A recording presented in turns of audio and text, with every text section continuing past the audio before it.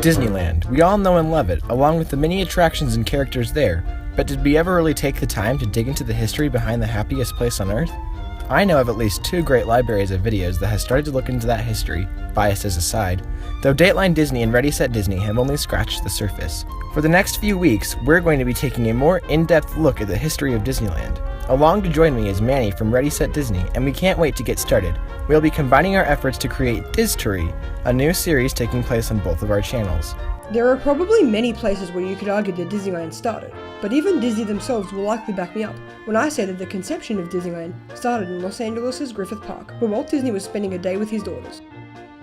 It was on a bench there, a bench which now resides in Disneyland, where Walt first started to really think about creating a Disneyland for kids and adults to enjoy. Disney's initial concepts were influenced by a variety of other destinations, be it World's Fairs or other higher-class amusement parks, but none would ever reach the level that Disneyland eventually would. Walt also knew that the interest was there. People always wrote to him asking if he would ever open the doors of the Walt Disney Studio to the public. And even though they may have thought it would be fun, Walt himself thought that there wouldn't be much to do there. He thought it would be more fun for guests to visit a park near the studios, which had more to do. The park would be relatively small, but would have rides, as well as several themed lands. This concept was known as Mickey Mouse Park, but the name and scale were destined to change as time went on. Disney started to visit other amusement parks around the world in order to get more inspiration, and he had designers start giving him some of their own ideas.